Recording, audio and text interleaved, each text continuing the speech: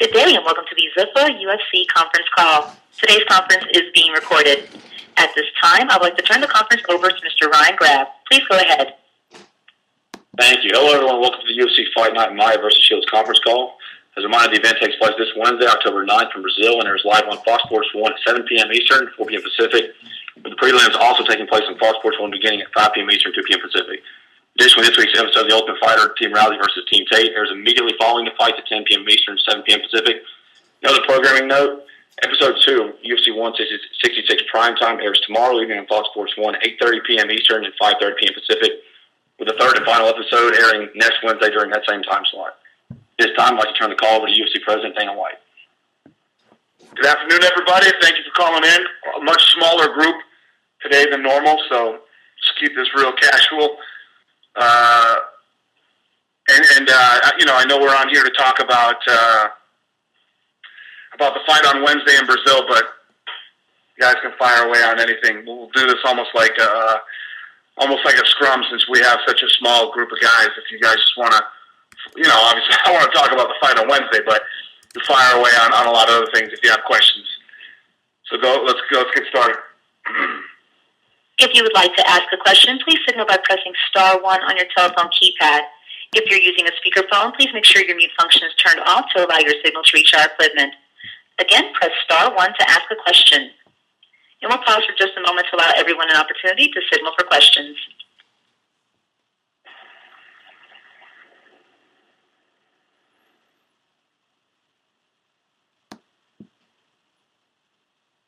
And we'll take our first question from John Morgan with USA Today. Thank you, ma'am. Dana, how you doing today? Appreciate you taking the time. Good, buddy. Thank you.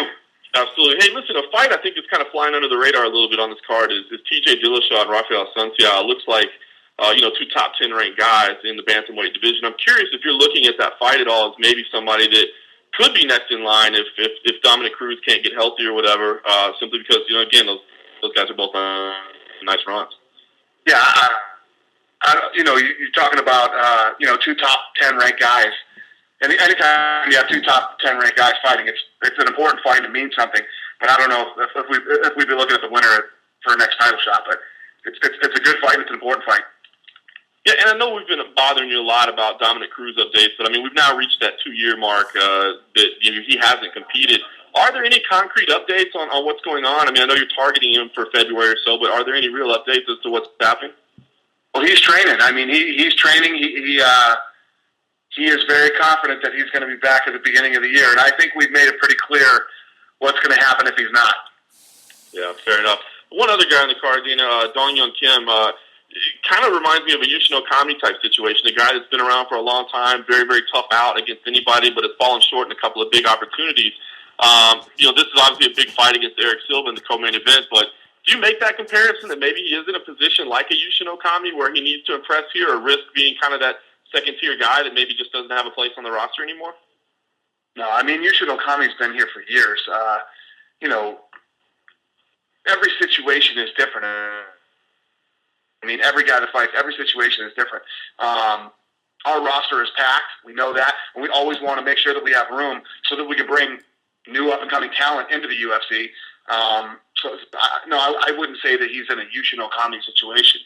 It just is what it is. We're going to have fights. We have a ton of fights coming up before the end of the year. Some guys will leave and new guys will come in, and some old guys that were here before might end up coming back. It's the way it's always been and the way it always will be. All right. Thanks, Danny. I'll jump back in the queue and get a few more later. All right, buddy. And we'll take our next question from Neil Springer with the Toronto Sun. Hey, Dana. Thanks for the time today. Thank you. Just kind of curious where you rank Jake Shields in the welterweight division kind of going into this. Obviously he fought for the title, and he's got some wins over some of the guys in the top 10, but he's kind of not ranked himself. Do you feel like maybe people kind of have forgotten about him? Yeah, it's a big fight for him. It's an important fight for him. Obviously, not only is Maya ranked, he's ranked in the top 5. So a win will be a big win for Shields, and obviously a huge loss for Damian Maya. So this is a very dangerous fight for Damian, and a very, very, very important fight for Jake Shields. I know you don't like to talk about, potential title shots and everything like that, but, if Maia wins, he's got 4 in a row now since going to welterweight. Is he somebody you might be looking at as a potential sort of challenger for the winner of GSP and Hendricks? Definitely. Definitely. I'll jump back in. Thank you. And we will take our next question from Jeff Wegenheim with Sports Illustrated. Hey, Dana. How you doing? Good. How are you? I'm pretty well. I want to follow up a little bit with the Dominic Cruz thing because, for the last 2 years, it always has seemed, at least from the outside looking in, that it's been kind of vague as to, the first one he was going to come back when he was re-injured, and there was always the updates were sort of coming sort of slowly. And I'm wondering if this whole situation, as it's dragged out, has given you or the UFC any thoughts about having a formal kind of hard and fast date by which a champion must defend his belt, or else forfeit it. I mean, have you thought about doing something more formal in that way? Yeah, great question, and yes, we have. We have thought about it, and we will do it. We're probably going to do that soon. This was one of those situations where, Dominic Cruz is a good kid. He's a great champion. He was supposed to fight Uriah Faber at the end of that season in the Ultimate Fighter, which he's a champion. He gets a piece of pay-per-view, and that fight was supposed to be on the Anderson Silva Chael Sonnen card, which was a home run for him. It's basically literally a lottery ticket on how much money that kid would have made. And I think it's a combination of me feeling really bad for him and him being just such a good person, and the fact that we did get a guy in there, Barao, who had the interim championship and, is a very impressive fighter. The kid was out there fighting all the guys that Cruz would have fought anyway. So we kind of just let the thing, go. For all intents and purposes, Barao has been the champion while he's been gone, taking on all the top guys. So, right. I don't know. Do I think we let it play out too long? Maybe, but if I look at who the champion is, then I say no. I feel bad for the kid. Sure. Well, I mean, obviously... it's one thing to have all these injuries and have that thing taken away from him, that big fight that he wanted. Plus him and Faber wanted to fight each other. And then to strip him of the title, too. You just couldn't kick a guy more when he's down. Right. Well, obviously, even if Barao's belt were not an interim belt, even if it were the actual Bantamweight belt, I think most people would see him as having to beat Dominic Cruz anyway before he were, really widely acknowledged as the guy. So, right. In a way, right. But I just wondered about that because it just seemed like this situation sort of rolled out in a sort of a doubly bad way because Barao being so impressive has made it seem like, well, this guy's got to be the champion, Right, and you know what? You made a really good point, actually, in that you're never the man until you beat the man. So as much as Pedinaris is saying, because he doesn't have the actual, he's got the interim belt rather than, which I addressed in Brazil. I think I pretty much set that one straight in Brazil. But he, because he doesn't have the title, he's not getting these other opportunities he might have via the actual title. Well, let's say we stripped Cruz and gave him the real title. You'd still have people saying, well, he's the paper champion. He never really beat the man. So it's never a perfect scenario when you're in this type of situation. Right. Sure. Let me jump over quickly and ask you another thing about really about the main event this week. I mean, it's as you said, it's a big fight for both guys. Now, both these guys are really best known for their work on the mat, and as we all know, a lot of times fans are not as interested in that stuff. I mean, some people are, but a lot of people, you've seen some really great ground battles and get people boo, and on the other hand, you get guys who just pound it out, sort of the rock'em sock'em robot fights, and people love that stuff. And I'm wondering, in this time when there've been a few like high-profile cuts like Okami and Fitch, both guys also are known for that kind of grinding style on the mat. Do fighters like a Maia or a Shields have an added burden on their shoulders to really have to impress more so than say like you had Leonard Garcia, who was like always exciting to watch, and it took him till like he had a 5-fight losing streak before he lost his spot in the UFC. Right. Other guys might not have that same kind of luxury, and I wonder if that's something that you think these guys have going into this fight, and if that's even a fair thing to think about. No, it's a good question. It's not a crazy question. I mean, there's been grappling fights where I've been at the edge of my seat and jumping up and down and going crazy. BJ Penn's been involved in some. Joe Daddy Stevenson, what's his name too, from Australia. Soteropoulos, some great, so there's some great grappling fights that happen, and then there's some grappling fights that happen on our show. I wish somebody would run over and punch me in the face. So it depends on, it depends. I mean, it just, I think that Maia and Shields, believe me, people have been bitching about Shields for years, with his style of fighting. But you see the way that the kid fights. Every time Shields goes in against somebody who's got real heavy hands and knockout power, everybody's like, this dude's going to knock Shields out. Dan Henderson was going to knock him out. He just fought, this last fight, he just beat, Yeah, he just beat Tyrone Woodley. Tyrone Woodley has awesome wrestling and heavy hands. Everybody thought Woodley was going to knock him out. It's just, he's got this crazy style where he throws people off. I think that the Damian Maia Shields fight is going to look a lot like the fight that he had that Damian Maia had with Fitch. Right. So I don't know. I mean, yeah, in Brazil they appreciate the ground, so I'm sure in Brazil they'll love it. But who knows? This thing could go either way. This thing could turn out and look like the Maia Fitch fight, or it could be, they could stand up and punch. Who knows? Right. All right. Well, thanks a lot. I'll pop the line again and grab another question a little bit later. Like, give someone else a chance. Thank you, man. Cool. Thank you. And we'll take our next question from Dave Deeper with Post Media News. Hey, Dana. Thanks for the time.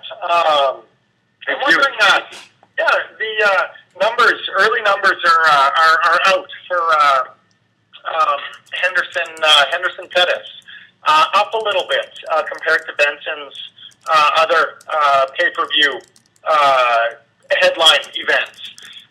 Is that a result of the Fox, sort of Fox boost? Was it some familiar names on the undercard, Mir Barnett? What do you attribute the hike compared to? I think we delivered a great card, but I think what really, obviously you got to look at the main event. And I think with that Henderson fight, I think people were interested in Henderson versus Pettis. Just the past build-up, or just in general, they're both becoming more. I think that there's a storyline for that fight, that incredible kick. SportsCenter was playing that thing all week. I'm sure the stacked card had a lot to do with it too. Who knows? I mean, at the end of the day, we get guys, we put them on TV, build them up, and when you have a real good fight, people know when there's a good fight, and that was a good fight. And it actually turned out to be a good fight, too. Okay. Just one other, then I'll jump back out. It was officially announced, I think sometime over the last week, whatever it was, but Jones Teixeira. How much did you give, real thought to coming back with an immediate Gustafsson Jones? Again, how close was it to deciding which way ultimately to go? It wasn't close at all. We didn't even. It wasn't. No. And just so you know, and I know you guys are going to want to ask me a million questions after I say this, but that is not the Super Bowl fight. Jones Teixeira is not happening on Super Bowl. Our people fucked up and put that out when they shouldn't have put that out, because that was never, ever even a done deal. So our PR team jumped the gun on that one and put that out when it wasn't true. So, okay, I'll follow that. What is this one going to be? Is this targeted for later in the year? Yeah, that's going to be later. That was never a done deal. That was never a done deal, and our people put it out, and they shouldn't have. And everybody knew it. Everybody knew it. We just haven't said it yet. This is the first time I'm saying it. Okay, so who's headlining Super Bowl? We don't have one yet. Okay. All right. I will jump out then. Thanks again, Dana. Thank you. And we will now go to Alba Jaramillo with ESPN Deportes. Hey, Dana. I was just wondering, UFC 166 is really close now, and over here in Mexico City, people are starting to talk about the fight. And would you tell us a little bit about the progress UFC has with the UFC network for Televisa doing this fight live?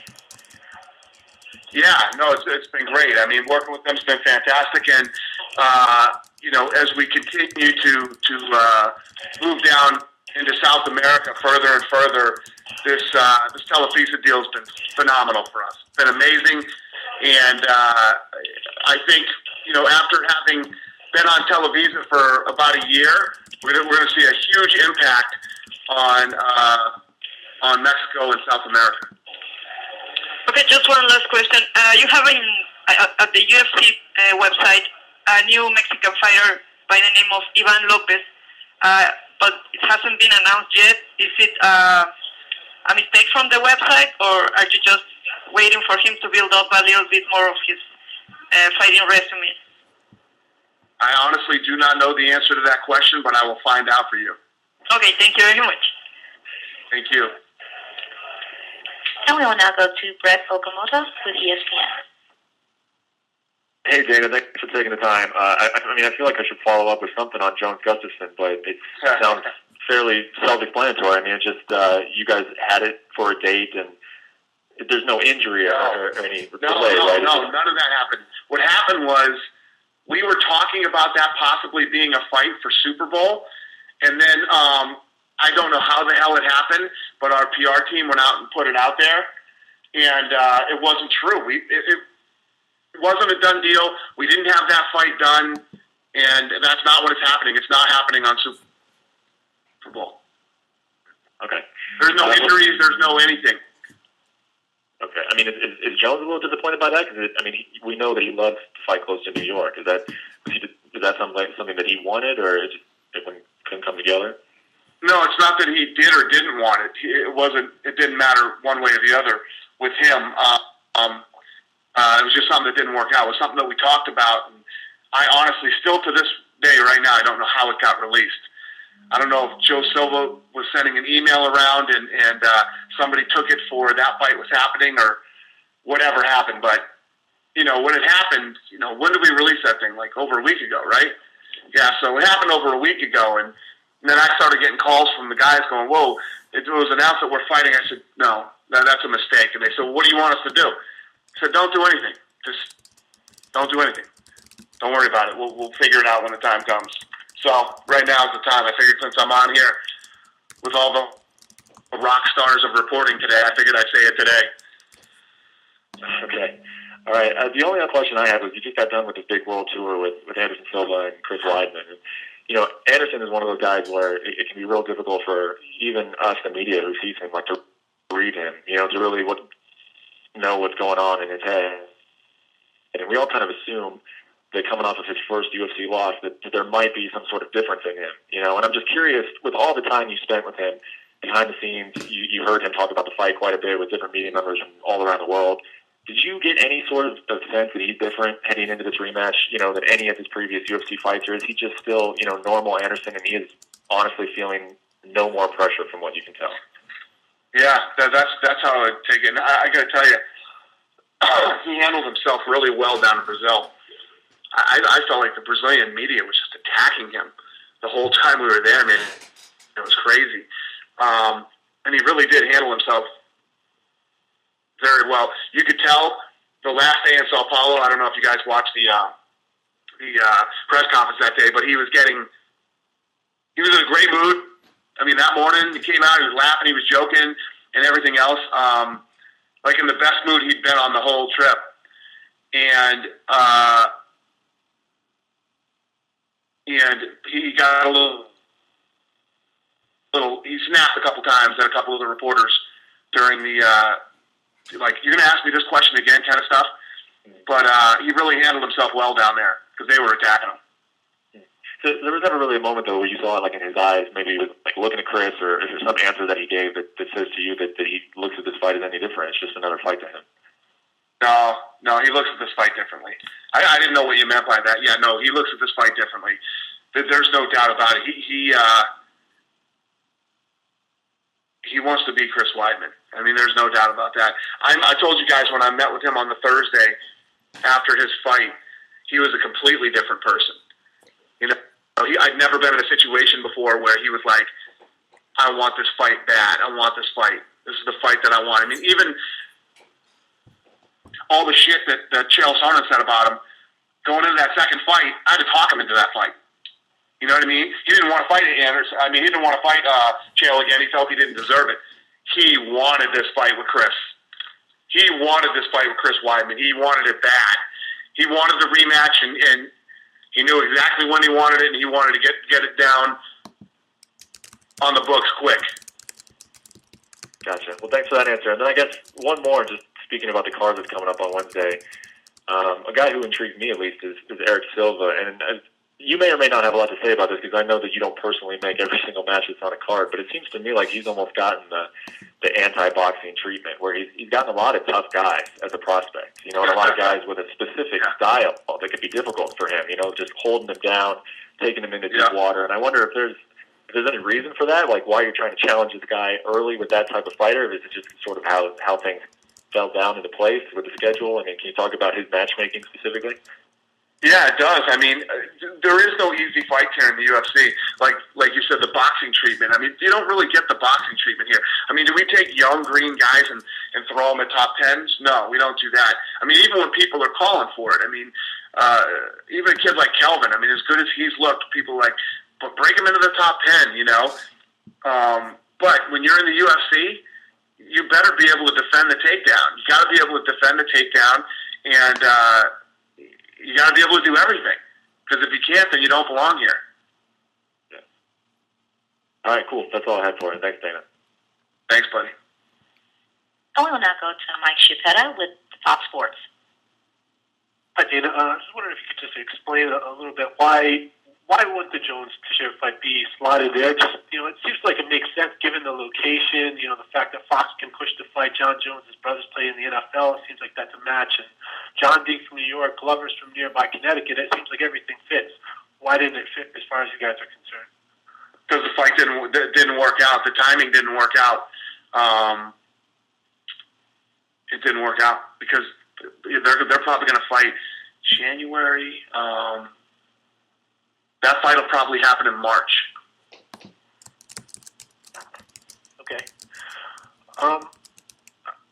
Heading back to the fight that's coming up on Wednesday. One guy we haven't mentioned yet is Matt Hamill. I don't know if you heard this, but like last week, his longtime coach came out and said that he didn't train Matt for this fight, and that he felt Matt shouldn't really be fighting any longer because he didn't have the fire that he used to. And you've said in the past, you acknowledge once fighters start talking about retirement and stuff, they tend to have performance issues. I'm just kind of wondering what your feelings are on him. You guys put him in the main card here, so just kind of curious to hear that. Yeah, no, it's a good question. I didn't read that. I didn't see any of that. So why did he say he didn't train him for this fight?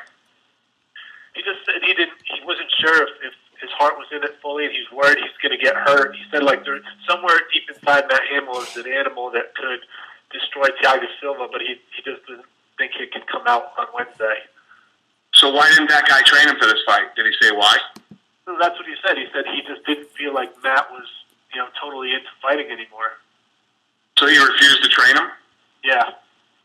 Sounds like a fucking good guy. Makes no sense. Sounds like there's some type of beef with those two, and that's what he's saying to talk about Matt. But I don't know. What do I know? You know what I mean? Yeah. But what trainer comes out and says, yeah, he doesn't have the fire, so I refuse to train him? Well, he's probably going to get hurt. He's worried he's going to get hurt. So that's why he refused to train him? Yeah, I guess he doesn't. I'm just assuming he doesn't want to be there. Like he doesn't want to be responsible for it if if Matt gets hurt, he doesn't want to play a hand in it. You know what I mean? I don't know. It's hard for me to comment on that. I don't know the situation. So when I listen to it, I can't tell if his trainer's being a dick or if his trainer is really seriously looking out for him and saying, I think this guy's going to get hurt. He doesn't have it, or whatever the deal might be. But for a kid like Matt Hamill, he's coming out. The thing about Thiago Silva, that kid is an animal. That kid's always ready to fight and ready to go toe to toe, no matter who it is or what the deal is. So I don't know. We'll have to see how Matt performs in this fight and then take a look at it. But for a trainer to come out and say, this guy shouldn't be fighting, why didn't he call here? Why didn't he call here and tell me that, I just want to let you know Matt Hamill hasn't been training. I don't think he's fit to fight. I think that I'm worried about him getting injured. If that was really true, what this guy's saying, why wouldn't he call here and tell us that instead of saying it in the media? He sounds like a douche. Yeah, fair enough. Renzo Gracie has come out in the last week or so saying he wants to fight again. Obviously, he wants to do it in the UFC. Do you have any interest at this point? I don't know. I mean, I haven't talked to Renzo myself. I haven't talked to him. He hasn't talked to any of us, so I don't know who he wants to fight, why he wants to fight, or any of that stuff. So I'll wait to hear from them. Okay, and finally for me, do you guys have any plans yet for Alexander Gustafsson? Do you have any idea on where you'll set him up next? No, not yet. But he'll fight right around that time. He'll fight around the time that Jones fights Teixeira. Okay, thank you. Thank you. And we will now go to Sean Al-Shadi with MMA Fighting. Hey, Dana. Appreciate the time. Going back to Jones, after 165, there was a lot of screaming for that rematch for Alexander. So I guess I'm just curious for your thoughts on that. Was this the Teixeira booking mainly because Jones just asked for him? Yeah, Jones says, listen, I fought that fight. I won that fight. I want to fight Glover Teixeira now, and then we'll do the rematch with Gustafsson. I mean, do you think this was one of those things where even though Alexander lost, his stock was just boosted just because that was such a legendary fight? No doubt about it. Going into that fight, because the fans don't like Jones, they'll always, and some of the media too doesn't like Jones. So you'll see them saying, "Oh, who's this guy?" And Jones is going to walk right through him, and this is a joke fight. And then after that fight, as awesome as that fight was, now people will flip it to, now he's ducking Gustafsson, and that's who he should be fighting. He's not ducking Gustafsson. He's going to fight Gustafsson. But before that, he's going to fight another killer, in Glover Teixeira. The guy's on a 20-something fight win streak, and he's knocking everybody out. I mean, it's another seriously dangerous fight for Jones. Then after he fights this dangerous guy, he's going to go back and fight Gustafsson again. So that's if Alexander gets one win, you're probably going to throw him back in there with Jones? No, he's fighting him for sure. Gustafsson's going to fight, and obviously he's got to win. But yeah, he's fighting. He's going to fight him next. 100%. That's the next fight. Well, then next, do you build something for Alexander in Sweden next, or do you just kind of throw him in wherever? Yeah, he's going to fight in Sweden. Okay. He might fight in London though. It's either going to be Sweden or London. We'll see what happens. Okay. And then last thing for me, and I'll get back in line. Do you have an update on the Matt Grice situation at all? Yeah. So his wife sent me a text telling me that he's getting better. They were talking about him. First of all, they were talking, real bad things could happen. And then it was like he might never walk again. He might never work again. And now the doctors are very positive.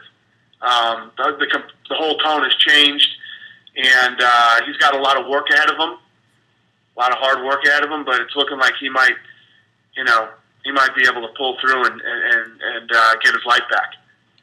All right, that's wonderful to hear. I'll get back in line. Thanks for the time. Yeah, it's awesome. All right, thank you. And we will now go to Gareth Davies with the Daily Telegraph. Good evening, London calling. Hello, Dana. How are you, buddy?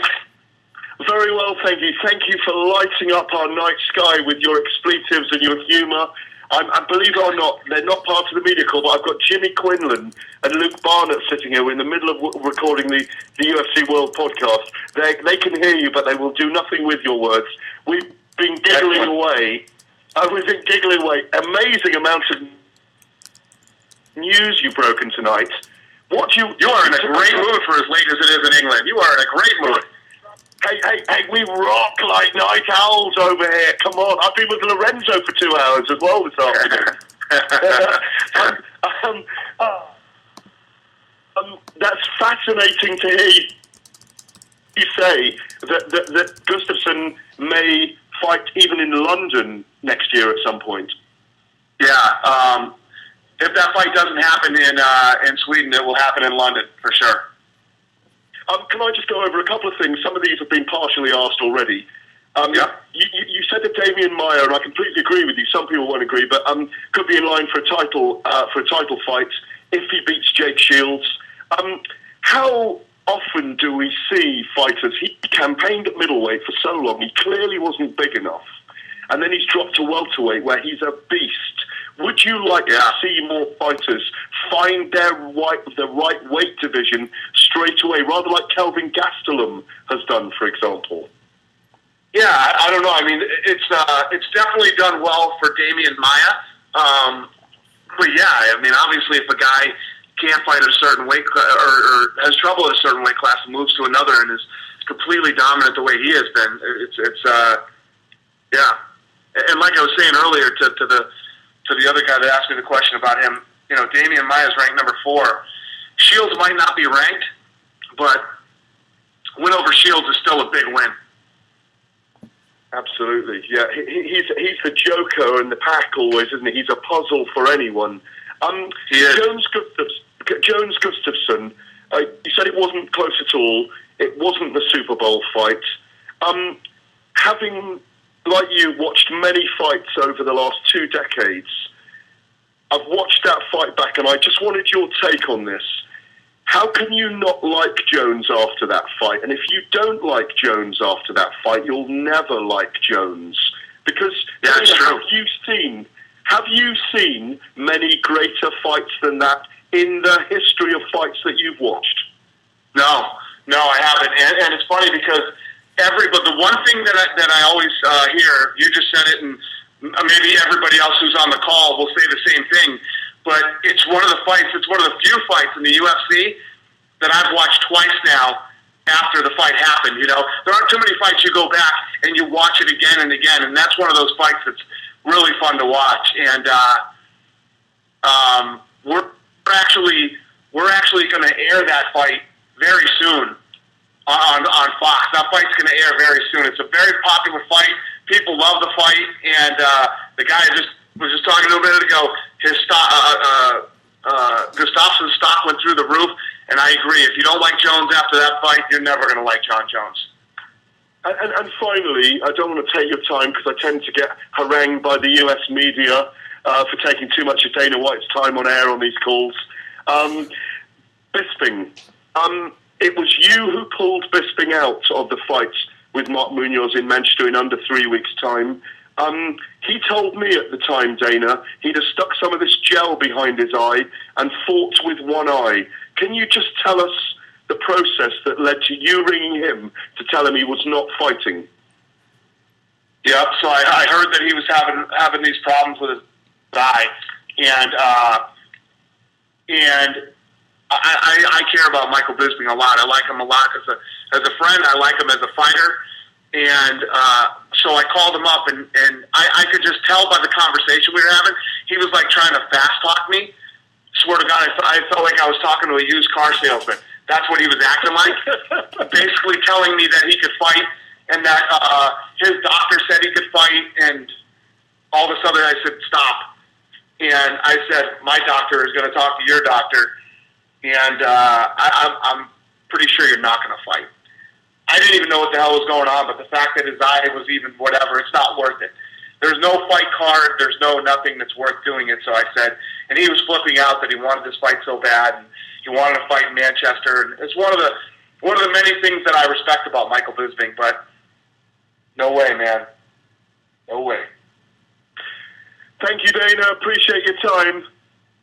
Thank you. And we will now go to Luis Morales with Fox Deportes. Hey, Dana, how are you? Good, how are you? Fine, thank you. I just have a quick question. Are you planning to do another UFC Fight Night in Latin America besides Brazil? For example, Mexico or another country in Latin America? Absolutely, but the first fight that we do down in Mexico, we want to do a big fight down in Mexico. We want to do a big one first, and then once we get that under our belt, we'll start doing fight nights. Okay, so you want a big fight first, and then you want a UFC fight nights in Mexico, right? Yep. Yep. Okay. Thank you. Thank you. And we will take a follow-up question from John Morgan with USA Today. Thank you. I apologize. I don't have the energy to Gareth Davies has, but I'll try to do okay here. But, Neither do I. Now, listen, recently, Danny, you said that the possibility of 13 events down here in Brazil next year. Just curious, I mean, is that a hard, fast number? And how is that possible? Does that involve every show being broadcast internationally into the United States, or is that, kind of the invention of this regional type show that we've talked about? Yeah, no, that's what I want to do. I freaked everybody out in Brazil when I said that down there, meaning our staff. But yeah, that's what I want. I want to really start pumping out some fights down there in Brazil. We have the network to do it. We have the talent to do it. It's just a matter of getting it done now. And would some of those fight cards not be really intended for like a U.S. audience and maybe not even transmitted? I don't think that there's a fight you could put on that wouldn't be intended for a U.S., Canadian, Mexican, Russian, Asian audience. I mean, they're fights. No matter where we end up, however many fights we end up doing down in Brazil, United States, what we're doing over in China, England, the list goes on and on. People, you know how our fans are and how the media is and everything. We all want to see those fights. I want to see them. You want to see them. We all want to see them. And that's what we're figuring out. Guys, it's so funny, man, because we were in this meeting the other day, me and Lorenzo and some of our guys. And the shit that we're working on is so fucking unbelievable. I mean, the stuff that we're working on is insane. When we really start pulling this stuff together and we get this, when we make this happen, it's going to blow your mind. The stuff that we're working on over the next 5 years is really going to blow everybody's minds. I mean, if you look at what we've accomplished over the last 13 years, all the things that, I don't have to run through all that shit, but what we've done. If you see the stuff that we're working on now, and we've been very successful in the past at pulling this stuff together and making it happen, if we can pull off what we're working on in the next 5 years, we're going to blow your minds.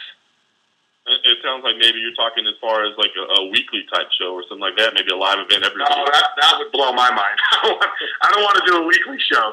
A weekly show would kill us. I don't like talking about stuff too soon because none of it's done. It's just all in the early stages right now. But the things that we're working on over the next 5 years, I mean, we've always been that company. We've always been that company that continues to take the sport and the brand and everything else to the next level. And the next 5 years is it's so crazy and going to be so cool when we pull it off. Okay, just a couple of quick follow-ups. Spending a lot of time down here in Brazil and talking to both the fighters and the fans, it seems like nobody... the Brazilians hate fighting other Brazilians. The fans hate seeing Brazilians fight other Brazilians. This card does a pretty good job of not doing that. Do you feel like that's the direction for the company down here in Brazil, is to not necessarily make the Brazilians fight each other? Yeah. Well, I agree with you, and that is definitely the feel down there. And there's going to be times when Brazilians, when there's two Brazilians that are the best in the world, they're going to fight each other, or a couple of guys that are in the same spot working their way up, but. Yeah, we're going to try to do Brazil versus. Sure. And last one, Dana, the only drawback of the events around the globe is that obviously you're not able to kind of get out to the events as often as you used to, and sometimes the international markets, kind of miss you, so to speak, and an opportunity to speak to you. Is that just kind of a reality of doing business around the globe? Is you just can't be everywhere, or are you trying to maybe pull back a little bit? What do you think as far as that goes? Yeah, well, I was just there. You know what I mean? I just got home. So you have to wait, I was gone this last trip, right? The one thing you guys got to understand is I try as hard as I can to be to all these different places that I want to be at. It's not like I don't want to be at the fights. There's no place I'd rather be. I love it. I just got home. I don't remember what day it was now, but I was on the road for 15 days. It started with New York, then went over to Toronto. Then once that fight was over, I went straight over to Los Angeles. Then Vegas was the only time I was home for a day and a half. And it was because we had the press conference here. And then I went on the rest of that tour. I was on the road for 15 days straight. I have to get back in here and get in the office. And like Garrett said, Lorenzo's in London right now. So Lorenzo left a few days ago. He's in London. He won't be back till Thursday. I'll have done this fight. We're doing this Brazil fight here. We set up this whole base here where me and Borsari run the fights from here. And then get back together with Lorenzo, and we have to run the business too. Then I'll be back out on the road again for Houston. So it's pretty crazy, but we're doing the best we can. Thanks, Dan. One last, have you guys, all the traveling you've done, have you made that Russia trip yet, or is that still on the horizon? We have not done Russia yet. Actually, I'm going back to Germany before Manchester. Then I go to Manchester, and then me and Lorenzo have to go to Abu Dhabi, and that trip's brutal. And then I don't know where I go from there. But I'm believe me, I'm still traveling, even though I'm not making every flight. Fantastic. Thanks, Dan. Appreciate it. All right, buddy. And we will now go to Adam Ireland with MMA Canvas. Hi, Dana. Thanks for the opportunity to jump on this call. We haven't been on one of these calls, so thanks for that. Thank you. Okay, first question, a couple of Australia-related questions. The first one being, obviously there's no free-to-air UFC deal down here. The UFC magazine just shut down, and there's also, as you know, cage bans in at least 2 states down here. Do you think that the momentum from UFC 110 a couple of years ago has somewhat been lost, and is there a strategy to sort of get you guys front and centre in the news and in the face of the public again? No. Obviously, when you do business in other countries, I mean, if you look at what it takes for us to run this business here in the United States, and then you talk about Brazil and the 100 and something other countries that we're in,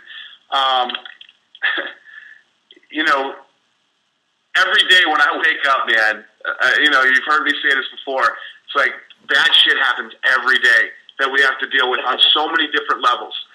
And if you want to talk about losing momentum, I mean, the UK has been brutal for us. The UK has been so tough. I mean, every time we get a new television deal, we feel like we start to get some momentum, this, that. And now we just signed this new deal with BT. We are, our guy who runs Canada for us, Tom Wright, runs Australia too. So he's been going back and forth and working on all the issues that we have over there. But the one thing that we don't ever do is we don't pull out, man. And we didn't pull out the UK. We didn't pull out anywhere. Anywhere we've ever been, we don't pull out. We're in Australia. We know Australia works. We know it does. There's a huge fan base there. People are into it, and there's tons of potential to grow in that country. And we will do it. We will make it happen. Are we going to hit some roadblocks? Are we going to hit some speed bumps? Is bad shit going to happen in Australia? I guarantee you. It will. It has, and it will continue to. But we will not pull out. We will continue to battle until we get done what we're working on. Okay, cool. I actually spoke to Tom Wright a couple of weeks ago when Tuck was down here. And it seems a little bit like to me you guys are sort of waiting to get this cage ban listed in Victoria before you do like a stadium show he mentioned, or potentially a couple of fight cards in Australia in the same year. Is that the case? Right. The waiting gap?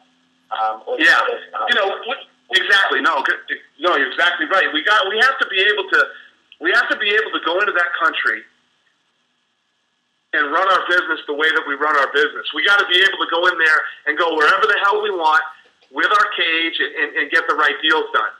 So yeah, we're like, trust me, bro. Trust me when I tell you, we will get this figured out, and we will get Australia dialed in. I mean, look at the United States. As far as we've come in 13 years here in the U.S., we're on Fox. I mean, I could go through a laundry list of all the things that we've done here and how successful it's been. We're not in New York. Yeah. You know what I mean? It's crazy. This is when you run a business that's this big and growing this fast, and all the cool things we're working on, and we go into these other countries. I mean, I could sit here right now and rip through. I mean, forget about Australia. I could rip through about 10 countries where there's just absolute crazy shit going on right now as we speak. And I know this thing has got so big, and you know, not like I'm patting myself on the back like we're fucking great or anything, but I'm just saying, you know, we've done some great things. We fucking run this show. We make it look easy. We make this look easy. It is far from easy. The amount of trouble that we have and headaches and the bullshit that goes on behind the scenes that you guys don't even know about is unbelievable. Okay, just wanted to jump forward quickly. Just one more question. The December fight card. Firstly, are you going to make a trip down here for that in Brisbane?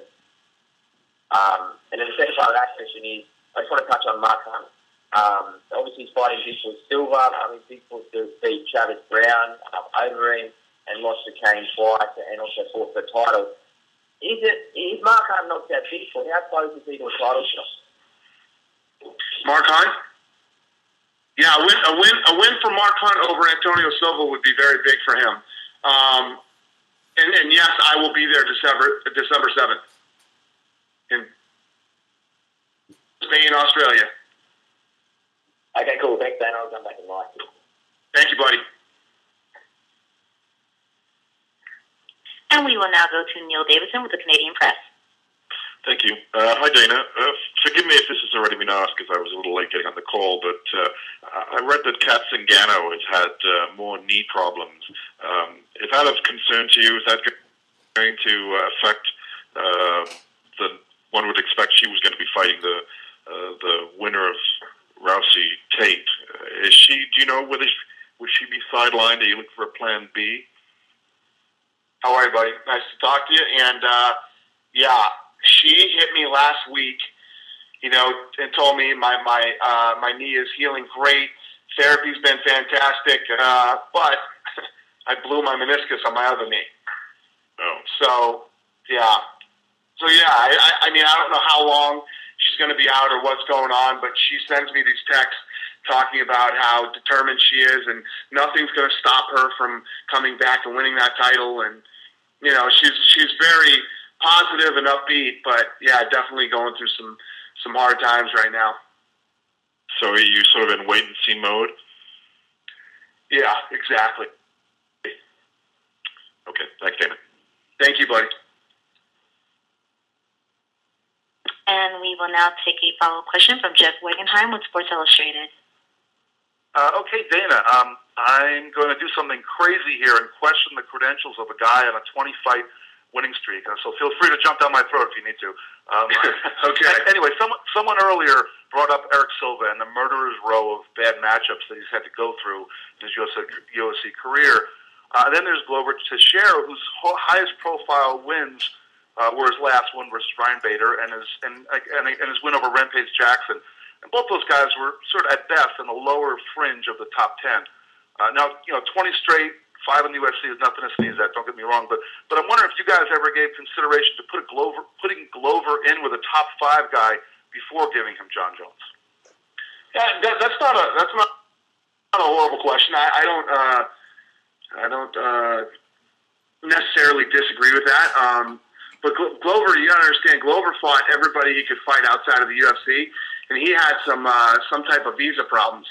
Probably should have been in the UFC a long time ago. Is on that win streak, and like you said, to go undefeated that long in the UFC, and you know, people are talking about You know, well, he got clipped in this fight, and in Bader fight, he was wobbly. Listen, the guy might get clipped and might have looked like he was in trouble. He wins, and he wins by viciously knocking guys out. He's a tough guy. It's a very tough type fight for John Jones. You know, Jones wants to continue to fight guys. He wants to continue to fight whoever the next toughest guy is. Jones wants to fight him, and Glover's that guy right now. I mean, if you look through the rest of the list, he choked Machida out, choked him unconscious. I don't have a list of light heavyweights in front of me, but if you go through the list, John Jones has walked through murderer's row at 205 pounds. He's walked right through everybody.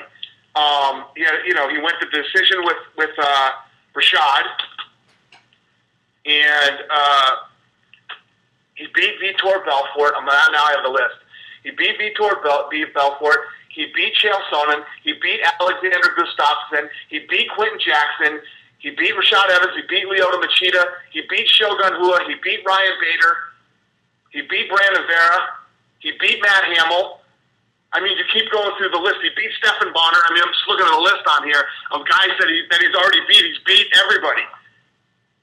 Now he wants to fight Glover Teixeira because he's already fought all these other guys. And Teixeira is on a 5-fight win streak and a 21-fight win streak or whatever. So when you really break it down and look at it that way, of who he's gone through to win the title and defend the title, then it really makes sense to you, right?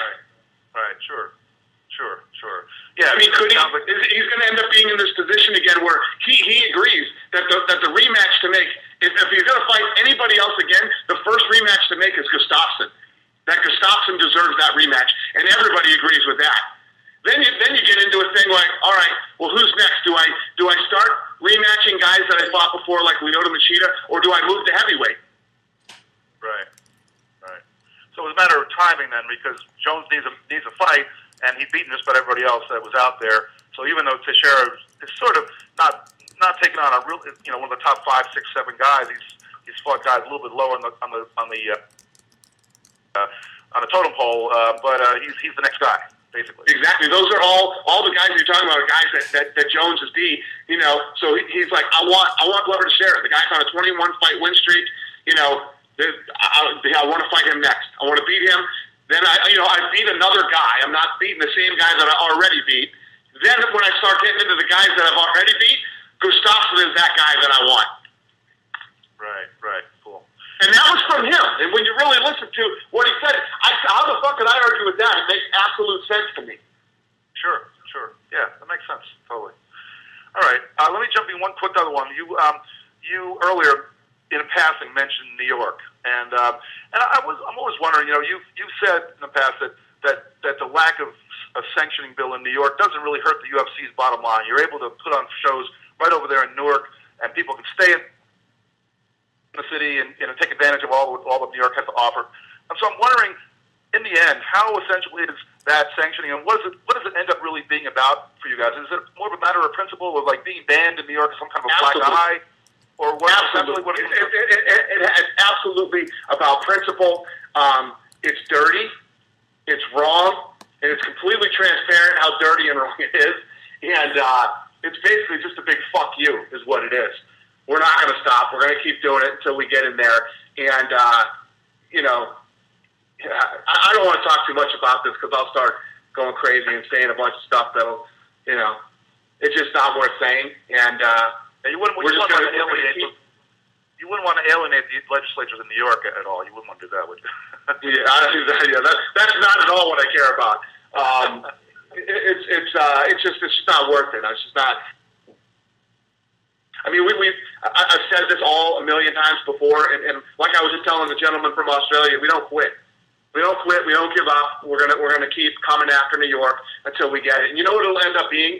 These guys, as dirty as it's been, and as disgusting and despicable as this whole thing has been, they're actually doing us a favor. Because can you imagine when we finally do get this done and we do that first fight at Madison Square Garden? It's going to be like UFC 100. Or like Toronto. Right. All right. Thank you. Thank you. And we will take our next question from Damon Martin with Fox Sports. Dana, I don't think this has been brought up. I was a little bit late on the call, but I wanted to ask you, with the status of the light heavyweight division now, knowing that Glover's next and Gustafsson, if he wins, is in line after that, what does this do for the fight next weekend with Daniel Cormier and Roy Nelson? Because I know DC had kind of been rumored as maybe getting that title shot. What does it do for him now? Does it push him back quite a bit with that lineup? I'm sorry. I'm so sorry. Asking that question again. What you asking? With the fight next week and Daniel Cormier, with Glover getting the next shot and Gustafsson getting it after that, what does that do for Cormier, considering I think he was coming in, a lot of people thought maybe he could get a title shot on day one at 205. Right. No, yeah, okay. So here's the thing. Cormier is going to fight Roy Nelson. I assume nothing coming out of that fight, because as much shit as I talk about Roy Nelson, one thing I don't do is disrespect his fighting abilities. The guy's tough as hell, got a great chin, heavy hands, great wrestling, good jiu-jitsu, great jiu-jitsu. So that's a tough fight. So before we even think about him getting a title shot, then if he gets by Roy Nelson, then he has to make 205 pounds, which we don't know if he can do either. So it's not like I'm trying to accommodate Daniel Cormier in a title shot until I know he's going to win, and I know he can make 205. And I know you've had a lot, you mentioned about Roy Nelson over the years. I don't know if you saw the picture recently. He slimmed down. Looks like he's lost quite a bit of weight. Do you like the idea of him making a move down to 205? Can you imagine? I mean, this is what I've been talking to this guy about forever. Could you imagine Roy Nelson at 205? I mean, who knows? Maybe it hurts him and he loses some of that punching power, but I doubt it. If Roy Nelson, with that massive gut, is as talented as he is, what would he be like without it? And last question, I know you mentioned earlier, this fight coming up on Wednesday, Damian Maia with a win. Obviously, he's right there in the title picture. But what about a guy coming up in December and Matt Brown, 6 fights in a row? If he beats a guy like Carlos Condit, knowing the kind of hype he built around himself and had some words about, out-wrestling GFP, and he'd fight, Hendricks and GFP at the same time, does Matt Brown enter that conversation if he could beat a guy like Carlos Condit? If Matt Brown beats Carlos Condit, it will change his entire life, man. That'd be such a massive win for him. I mean, I don't know how you guys on the call feel, but I have so much respect for Carlos Condit and the fights that he's had lately and the way that he's looked. A win over Carlos Condit is a big deal. It would be huge. Awesome. Thank you, Dana. Thank you. And we will take our final question from Neil Springer with the Toronto Sun. Hey, Dana, I just had a quick follow-up on Jones and Teixeira. You mentioned that could be in March. I'm curious if Montreal is a possibility for that. You guys mentioned going back there around that time of year.